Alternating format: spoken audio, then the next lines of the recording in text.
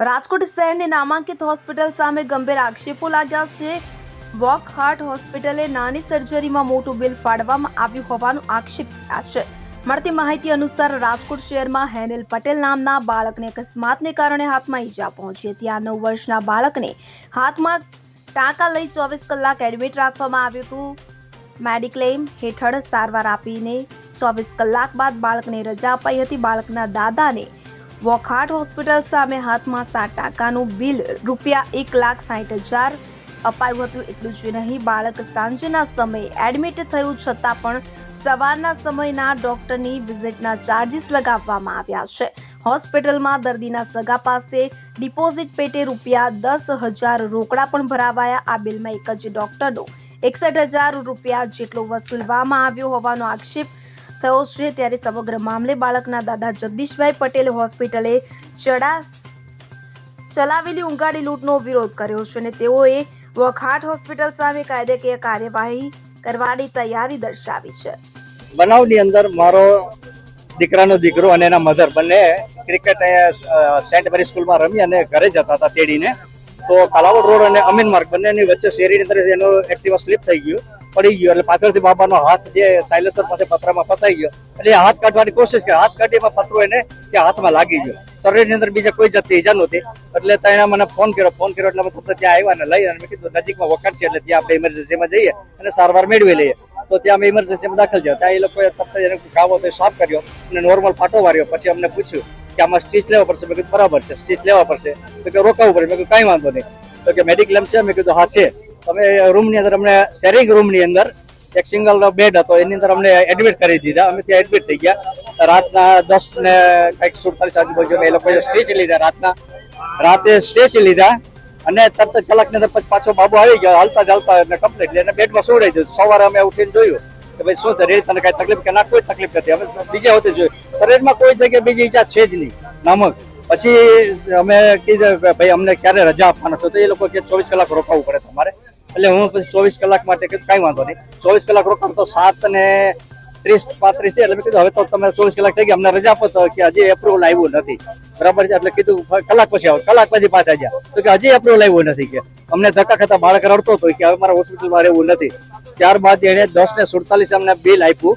ત્યારે બિલ જોયું ત્યારે મેં મારી 69 વર્ષની લાઈફની અંદર પહેલું વહેલું આવું બિલ જોયું કે 8 ટાંકાના ₹1,60,910 બિલ ફટકાર્યું છે।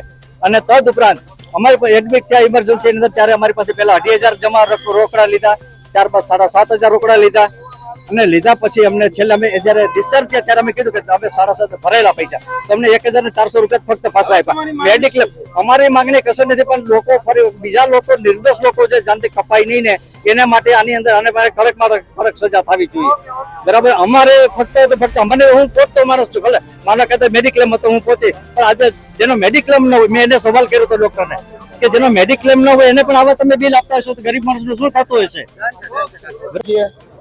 અહીંયા રાજકોટની વોકહાર્ટ હોસ્પિટલમાં નામ બળે અને દર્શન છોટે જેવી એક દર્દીના સગા સાથે લાખોની લૂંટનો જે મામલો સામે આવ્યો છે। સમગ્ર ઘટના દર્દીના સગાએ કીધી કે 4 તારીખે સવારે અમીન માર્ગ ઉપર એક સ્કૂલેથી સ્પોર્ટ્સની ગેમ્સ પૂરી કરી અને જ્યારે ઘરે પરત જતા હતા ત્યારે સ્કૂટર સ્લીપ થવાના કારણે સામાન્ય ઈજાઓ થઈ હતી અને નજીકમાં વોકહાર્ટ હોસ્પિટલ હોવાથી અમે અહીંયા ઇમરજન્સી વિભાગમાં આવ્યા। ત્યારે કીધું કે આમાં ટાંકા લેવાની જરૂર પડશે, તમે કહેતા હોય તો અમે ઉપરથી ડોક્ટરને બોલાવીએ। ત્યારે એમના સગાને એવું પૂછે કે તમારી પાસે હેલ્થ ઇન્સ્યોરન્સ છે? ત્યારે એમને કીધું કે હા, જો તમારે હેલ્થ ઇન્સ્યોરન્સ પકાવવો હોય તો 1 દિવસ માટે દાખલ થવું પડશે અને ₹10,000 ડિપોઝિટ ઉઘરાવે છે। જે દર્દીને 7% માટે જે સામાન્ય ચાર્જ તમે ગુજરાતની કે ભારતની કોઈ હોસ્પિટલમાં જાઓ તો સામાન્ય રીતે મેક્સિમમ ચાર્જ કોર્પોરેટ હોસ્પિટલનો 10 થી 15,000 હોય, પરંતુ દર્દી ડિસ્ચાર્જ થયા પછી જે ઇન્સ્યોરન્સ કંપની પાસેથી જે પૈસા પડાવ્યા છે આ લોકોએ તેમનો ચાર્જ તમે જોતા તમને એવું થાય કે ખરેખર આવું થતું હોય છે। 1,61,000 જેવી અધધ રકમ કંપની પાસેથી પડાવી। જે ડોક્ટરોએ ટાંકા લીધા છે એ ડોક્ટરોનો એક ડોક્ટરનો ચાર્જ 60,000, આસિસ્ટન્ટ ડોક્ટરોનો એક ડોક્ટરનો 30,000 ચાર્જ અને બીજા ડોક્ટરનો 15,000 ચાર્જ।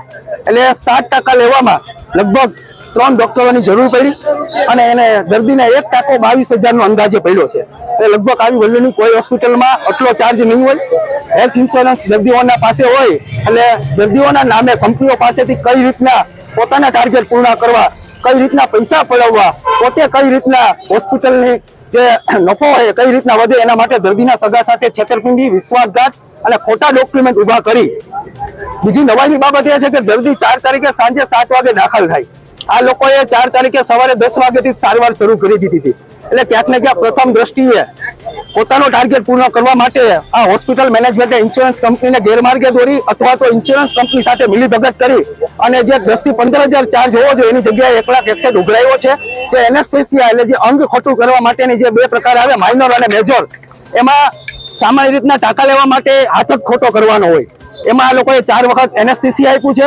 બીજી વસ્તુ કે જે નાનું બાળક છે 8-9 વર્ષનું, એમને ટાંકા લઈ લીધા પછી સંપૂર્ણ સ્વસ્થ હતું, એમની જગ્યાએ આ લોકોએ 1 દિવસ આખો એડમિટ રાખ્યું, અલગ અલગ ડોક્ટરોની વિઝિટ કરાવી. ડોક્ટર આવીને પૂછે છે કેમ છે બેટા, મજામાં? એટલે 2500 રૂપિયા ચાર્જ ચડી જાય. બીજા ડોક્ટર આવે, પીડિયાટ્રિક, કેમ છો બેટા, મજામાં? આવી રીતના પોતાનો ટાર્ગેટ 24 કલાકની અંદર 1,61,000 કર્યો. અમે રાજકોટના ગઈકાલે નામાંકિત સર્જન સાથે વાત કરી અને આ બિલ દેખાડ્યું. એમને કીધું કે રોહિતભાઈ આવું કોઈ દિવસ પોસિબલ નથી, ઇન્સ્યોરન્સ કંપની હતી એટલે એમને પોતાનો ટાર્ગેટ પૂર્ણ કરવા માટે આમની સાથે લાખોની છેતરપિંડી કરી છે.